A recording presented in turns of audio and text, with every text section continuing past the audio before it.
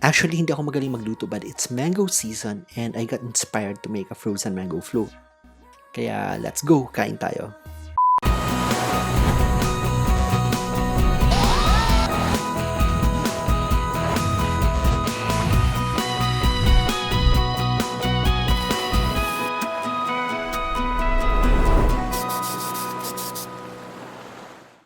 So, eto ang mga ingredients.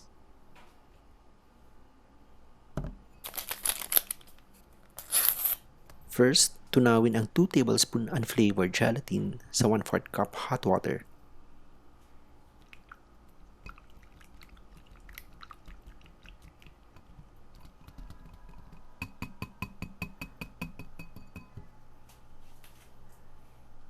And then set aside.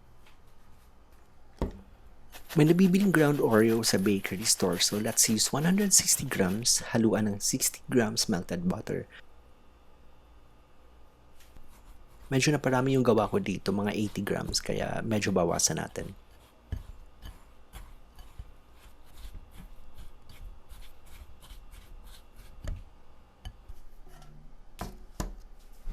Isiksik natin sa 8 inches na springform.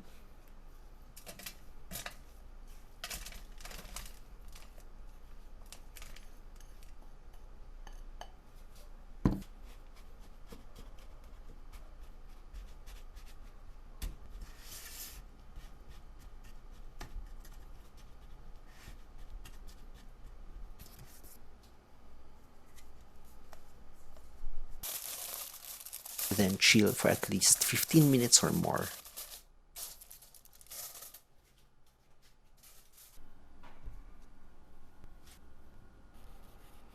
Actually, gusto ko ng maraming mango. So, I used 6 pieces. 4 or 5 is enough. Up to you, bahala kayo.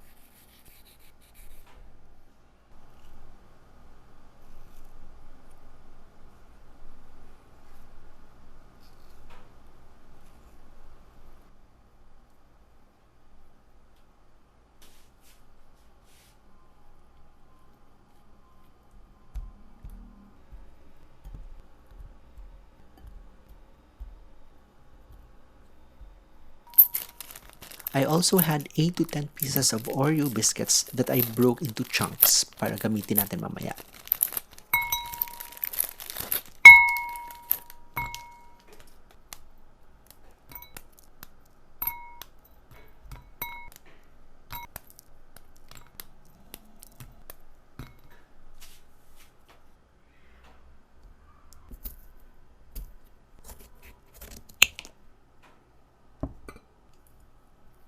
Chilled 2 packs of all-purpose cream overnight para stiff siya pag na-beat.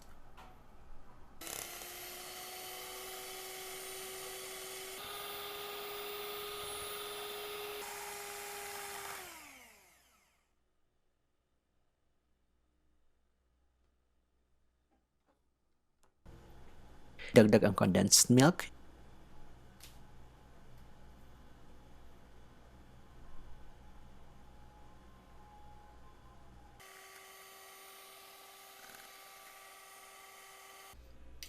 And then, yung gelatin.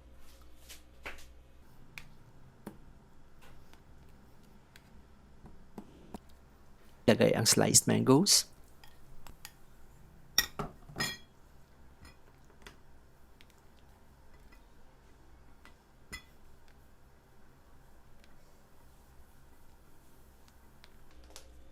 A little ground Oreos.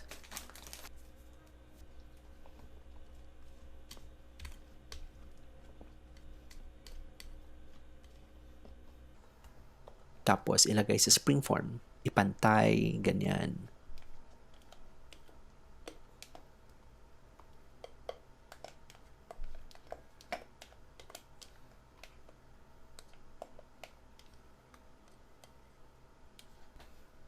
Singit ang mga chunks of Oreos.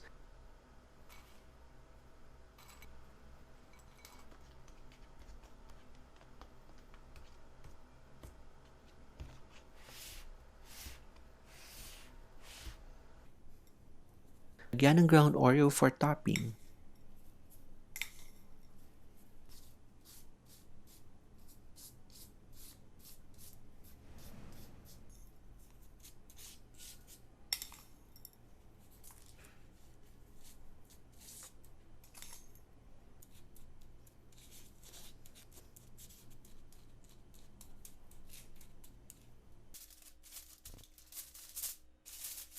chill overnight. Pero ako, I prefer na naka-freezer siya kasi gusto ko matigas yung ice cream cake. So here it is. Charan!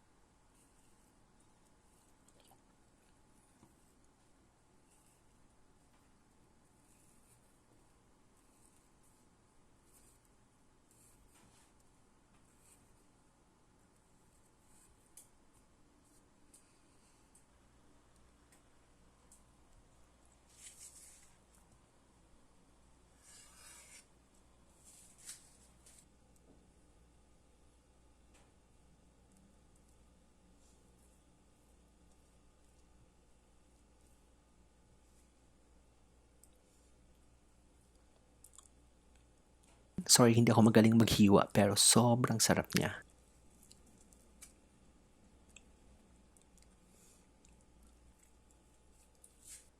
Try nyo. Sobrang sarap.